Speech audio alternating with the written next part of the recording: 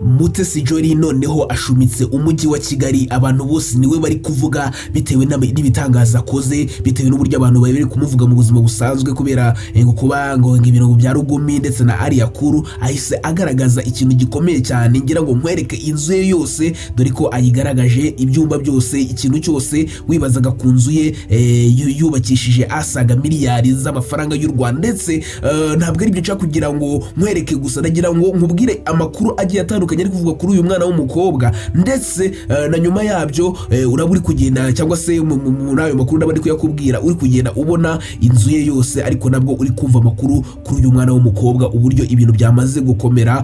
Abo muri Tanzania bose bahuruye bari kuvuga bati Mutesi Jolly ni muntu ki, ni gute yafashe umukire wacu akamukuraho imitungo ingana gutyo, yakoresheje iki ko uyu mukire Rugumi Saidi ari umuntu wari waririnze gusesagura n'ibindi byinshi. Nagira ngo ugende ureba amashusho y'iyo nzu maze nkubwira n'inkuru yose ukuntu imeze.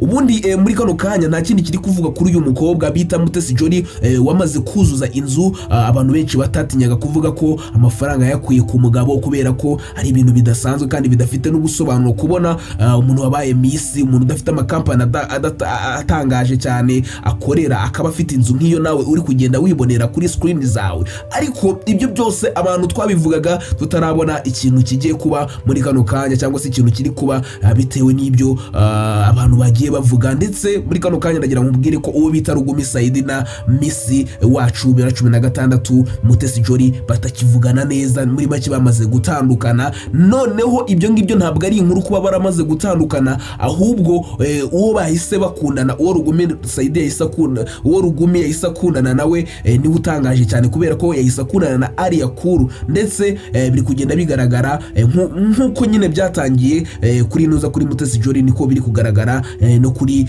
Alliah Cool. Biri kugenda bite rero, ubundi bimeze bite muri kano kanya? Nta kindi kintu kiri kugaragara usibye ko mu masaha yashize aribwo twabonye witwa Kasuku na Dekati bakoraga live kuri TikTok bagenda bavuga uburyo uwitwa Alliah Cool yamaze kwinjirira Rugumi Saidi, yamaze agatera agapapu uwo bita Miss Mutesi Jolly. Ndetse ibikorwa byose Rugumi Saidi ari gukora ari kubyerekezaho Alliah Cool, dore ko ku rubuga rwa Instagram uwo bita Rugumi Saidi wahoze ari umugabo, yahoze ari umugabo wa Mutesi Jolly cyangwa se Umukunzi, reka mwita Umukunzi. Aka kanya Rugumi Saidi yasaze rwose, ari kuvuga ati Alliah Cool niwe ndiho muri kano kanya, dore ko amufollowinga wenyine ku rubuga rwa Instagram, yarangiza akaba followinga n'ibitwaro bye cyangwa se n'intwaro ze acuruza, followinga account abiri, account ye y'intwaro ndetse n'uwo bita Alliah Cool. Nk'aho ibyo ngibyo bidahagije, ari kugenda muri buri post yose Alliah Cool yakoze, yarangiza agakora icyo bita repost, yarangiza agashyiraho comment y'udutima, yarangiza agakora n'ibindi byinshi bigaragaza ko yamaze kujya mu rukundo na Alliah Cool. Ariko ibyo ngibyo byo ndi kukubwira ntabwo bihagije, bitewe n'amakuru ukeneye kumenya kuri iyi nkuru ndetse n'ibintu abantu bari gukomeza kuvuga. Ubundi ikintu gitangaje cyane suko wenda uyu Miss Mutesi Jolly yujuje inzu kandi akaba yaraguze n'imodoka y'agatangaza, yavugishije abatari bake mu mujyi wa Kigali. Ndetse abantu ntabwo ari icyo ngicyo bari gushaka kutinda, ahubwo bari kutinda ku kintu cyuko yamaze kubona ibintu by'ingenzi umukobwa yakenera, kuba umukobwa ufite inzu nziza yasaga miliyari y'amanyarwanda, yarangiza akaba afite imodoka yasaga miliyoni niba ari 400 z'amanyarwanda, sinibuka igihe twabivugaga uburyo twabivugaga amafaranga twavugaga. Ariko ugasanga nyine afite imodoka nk'iyo ngiyo, ugasanga afite inzu nk'iyo ngiyo, abikura ku mugabo bita Rugumi Saidi. Yarangiza nta yindi mpamvu afite yo kuba ariyo, ahubwo icyo yagakwiye gukora ni nk'icyo undi muntu wese yakora, guhita aleftinga, agahita bivama, agahita yikomereza, agahita ajya gushaka nyine ibindi bintu akora, dore ko atari ibi gusa yaba yaramukuyeho n'ibindi bintu nk'imishinga, wenda akaba yaratangiye umushinga udasanzwe abikomora nyine kuri Rugumi Saidi. Ndetse nkuko wagiye ubona iyi nzu, ni inzu navuga ko yakataraboneka, ni inzu koko ihagaze amamiliyari. Ntabwo ari ukuvuga ngo ni iby'amagambo cyangwa se ngo ngwiki, ariko abantu bakibaza bati uyu Mutesi Jolly ashaka kugurisha iyi nzu, ari kwirata cyangwa se ashaka kugaragaza ko iyi nzu nyine bitewe n'amaburetse gatoya, bikamaze vuga kuri ako kantu yaba ashaka kugurisha inzu kubera ko nk'uko uri kugenda ubibona ari kugenda buri kantu kose agaragaza ngo icyumba cya gatatu, icyumba cya kane, kandi ibi bintu ntabwo dusanzwe tubizi. Abantu bakibaza bati iyi nzu yaba iri ku isoko, yaba ashaka kugira ngo hagire abantu bamwegera ayigurishe. nicyo kintu abantu bakomeza kwibaza, ndetse ndaza kukubwira n'ibindi bintu yanditse muri kabushoni bikomeye cyane, ndetse nanjye ubwanjye ngiye kwanariza wenda nkatekereza kuri ibi bintu. Navuga ko bitewe n'amagambo bavugaga abantu nyine ba Kasuku na ba Dekati Babara bavuga ko yatandukanye na Rugumi.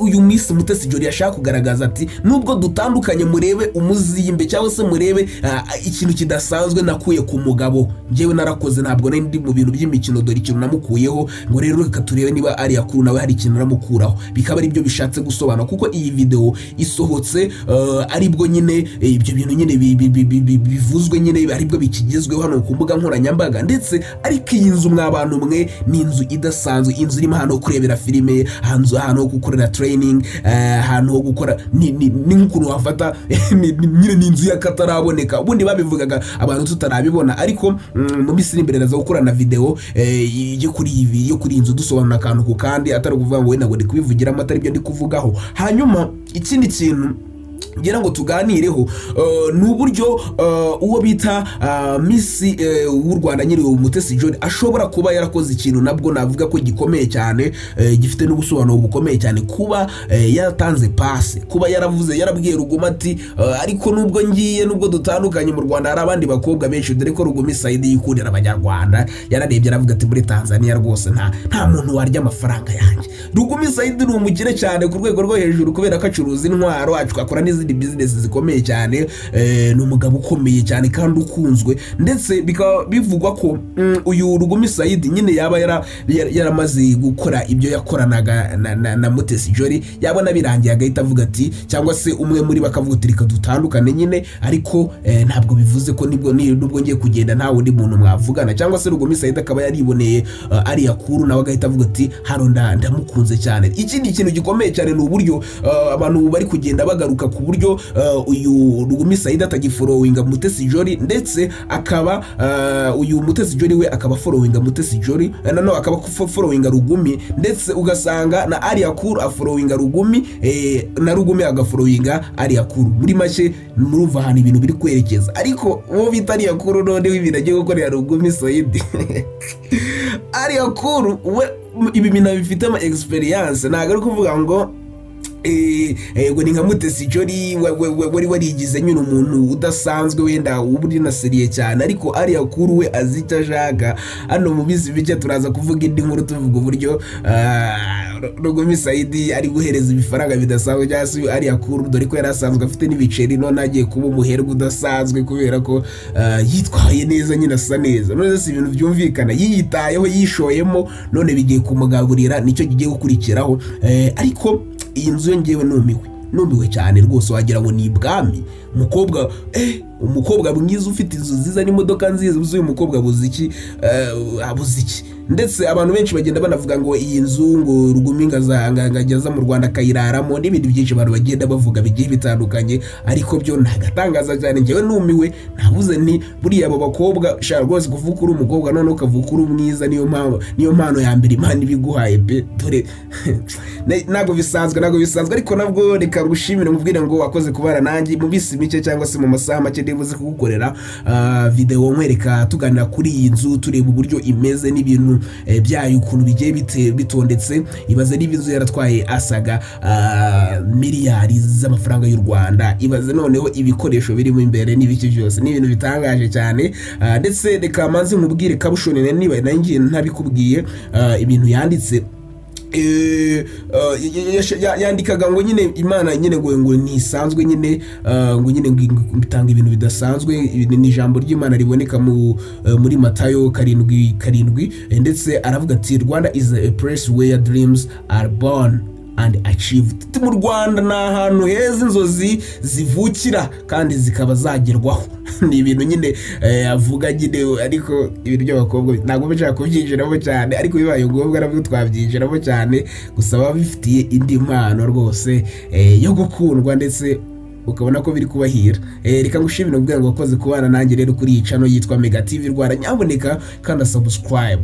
nudakanda subscribe muzongera kubona amakuru meza nk'aya ngaya. Ikindi kandi ushireho like, ujye no muri comment wandika uko byumva nyine wowe urabibona ute, urabona ibintu by'inzu bimeze bite se, uyu mubano waba abantu uko ari batatu urabona bimeze bite, byandike muri comment uko byumva. Ariko nabwo niba ufite inshuti yawe ikunda ibintu nk'ibi ngibi cyangwa se video nk'izi ngizi ukoreshe ya tujye duhora tubana neza umunsi kuri gatanu. Nitwa Ibel naho ubutaha.